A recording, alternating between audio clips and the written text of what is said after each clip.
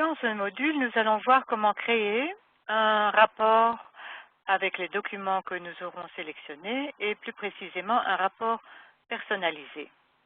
Donc sur la base de la stratégie que nous avons construite dans 4 bases de données, dans le secteur de la santé pour retrouver de l'information sur une présence ou non de radioactivité dans l'eau potable, nous avons obtenu un certain nombre de résultats que nous avons alors limités sur la date de publication. Donc nous avons décidé de ne prendre que la dernière décennie, donc de 2010 à 2019, et de prendre au niveau de la publication, du champ publication, uniquement la publication Radiation Protection Dosimetry, qui a été, comme vous le voyez, écrite de façon différente par les fournisseurs de bases de données, avec majuscules et puis minuscules, et ici tout en majuscules.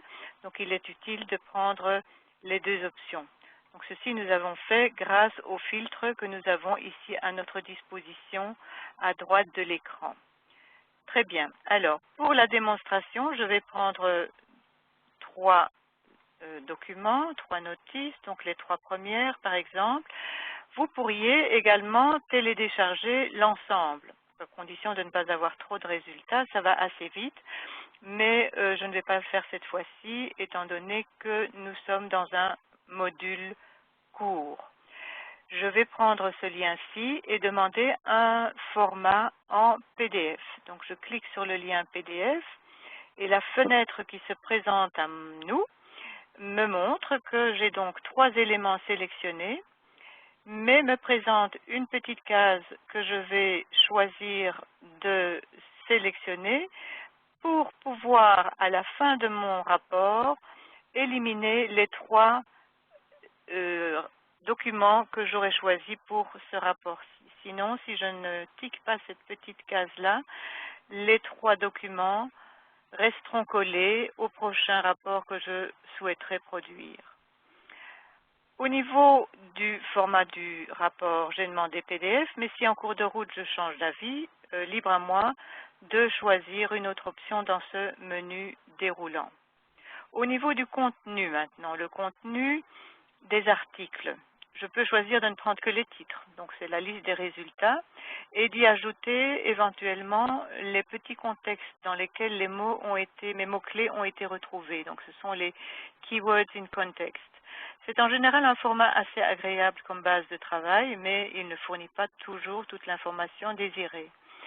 Ou alors, nous choisissons un format pré-édité par les fournisseurs des bases de données, soit uniquement les citations, bref, donc de base, des éléments bibliographiques de base, ou alors on y ajoute le résumé, ou enfin on prend le format complet, donc le document complet qui nous est fourni par le fournisseur de la base de données, qui est dans ces bases scientifiques, le résumé et l'ensemble des éléments bibliographiques et des champs d'indexation. Ceci peut être relativement long, cela dépend des bases de données, mais si on ne souhaite pas avoir tous les champs d'indexation exportés dans ce rapport, on peut alors choisir pour une formule personnalisée. Et c'est ce que nous allons prendre pour ce module. Nous allons construire nous-mêmes notre modèle et nous allons définir les champs d'indexation que nous souhaitons voir apparaître dans le rapport pour chaque document. Il est possible d'enregistrer ce modèle, il est possible d'en enregistrer beaucoup. Donc si vous souhaitez le maintenir, la prochaine fois que vous souhaitez exporter un rapport, il suffira de vous positionner sur modèle enregistré et choisir celui qui vous convient le mieux pour le rapport en question. Bien, alors nous allons prendre la formule personnalisée. Vous voyez qu'ici, nous avons la possibilité d'inclure une bibliographie à la fin du rapport. C'est intéressant, vous allez voir que ça se présente vraiment très bien. Vous pouvez avoir d'autres styles si celui-ci ne vous convient pas, donc vous changez avec un style qui vous est plus familier ou qui est imposé par la société. Et enfin, dans les autres options ici, nous pouvons garder les recherches récentes. Je ne vous le conseille pas parce qu'en fait, sauf si c'est pour vous, parce que vous allez avoir toutes les recherches, toutes les stratégies que vous avez faites jusqu'à présent et elles ne correspondent pas nécessairement au rapport que vous êtes en train d'exporter. En tout cas, la dernière l'est, mais les précédentes pas nécessairement. La table des matières est intéressante, la page de couverture intéressante également parce que vous allez retrouver le logo de ProQuest Dialogue, mais vous pouvez y ajouter le logo de votre société ou le logo de votre centre de documentation. Numérotation du document, c'est toujours intéressant. Et enfin, afficher la signalisation des occurrences. Donc ça, c'est le marquage jaune que vous voyez ici, qui a surligné tous les mots-clés que nous avons utilisés. De nouveau, si c'est pour vous, c'est intéressant. Si c'est pour quelqu'un d'autre, peut-être ne faut-il pas mentionner que vous souhaitez voir les mots-clés surlignés. Alors, on continue. Vous voyez très rapidement que le système calcule le prix. J'ai souhaité, pour la démonstration de ce module, ne pas obtenir la fenêtre avec les prix pour la facilité, mais il est clair que le système vous communiquera systématiquement un prix des documents dans le format que vous avez souhaité produire, donc le prix de ces documents à chaque moment que vous les téléchargez. Donc, vous avez la possibilité de suivre vos dépenses tout au cours de la session. Bien, nous sommes dans le format personnalisé. Par défaut, il nous propose les infos sur publication et le lien vers un document ProQuest. Moi, en général, je ne prends rien par défaut et je choisis moi-même mon format. Donc, je vais prendre le résumé, je vais prendre les noms d'auteurs, je vais prendre la base de données, par exemple. Je vais prendre la date de publication, je vais prendre le DOI, toujours intéressant d'avoir le Digital Object Identifier qui pourrait me diriger vers le texte intégral du document que j'ai choisi. Je vais alors ensuite prendre également le nom de la publication, le titre de la publication et le titre du document. Voilà. Imaginons que ceci est mon format d'export privilégié, personnalisé, que je souhaite enregistrer pour le retrouver à une autre occasion. Donc je vais l'enregistrer ici. On va me demander de donner un nom.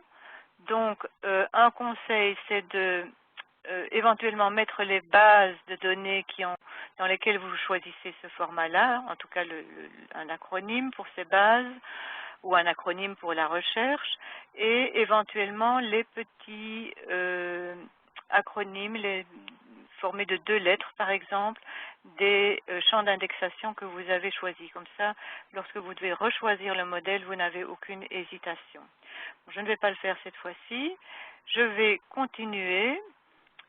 Ici, donc c'est ce genre de fenêtre qui va se produire avec un prix chaque fois que vous aurez mentionné que vous souhaitez télécharger un document dans un format bien particulier. Et vous avez donc la possibilité que vous ne souhaitez pas continuer si par exemple vous avez fait une erreur ou si le montant ne vous convient pas. Donc, dans notre cas, nous allons continuer. Et le rapport est en train d'être constitué en PDF que je vais ouvrir ici devant vous. Et vous voyez que nous avons un rapport bien présenté avec le logo de ProQuest Dialogue et éventuellement le vôtre qui se situerait ici à droite. La référence de la personne qui a donc fait la recherche et créé le rapport. C'est la personne qui détient ce compte et la date et l'heure à laquelle ça a été produit. Alors nous avons une table des matières bien présentée et enfin les les documents numérotés avec les mots surlignés puisque c'est ça, cette option-là que nous avions maintenue, donc que nous avions souhaité. Et enfin, en fin de rapport, comme je vous le disais, nous avons une bibliographie qui se présente dans le style de l'APA, la 6e édition de l'APA, et vous voyez, c'est quelque chose d'intéressant pour conclure un rapport bien présenté. Voilà, ceci vous le sauvegardez sur votre ordinateur et puis vous l'envoyez à la personne qui a souhaité le recevoir. Et nous arrivons tout doucement à la fin de ce module. Nous sommes évidemment à votre disposition si vous aviez le moindre problème ou la moindre hésitation. L'adresse pour communiquer avec nous, c'est customer@dialog.com, donc dialogue comme en anglais, DIALOG.com.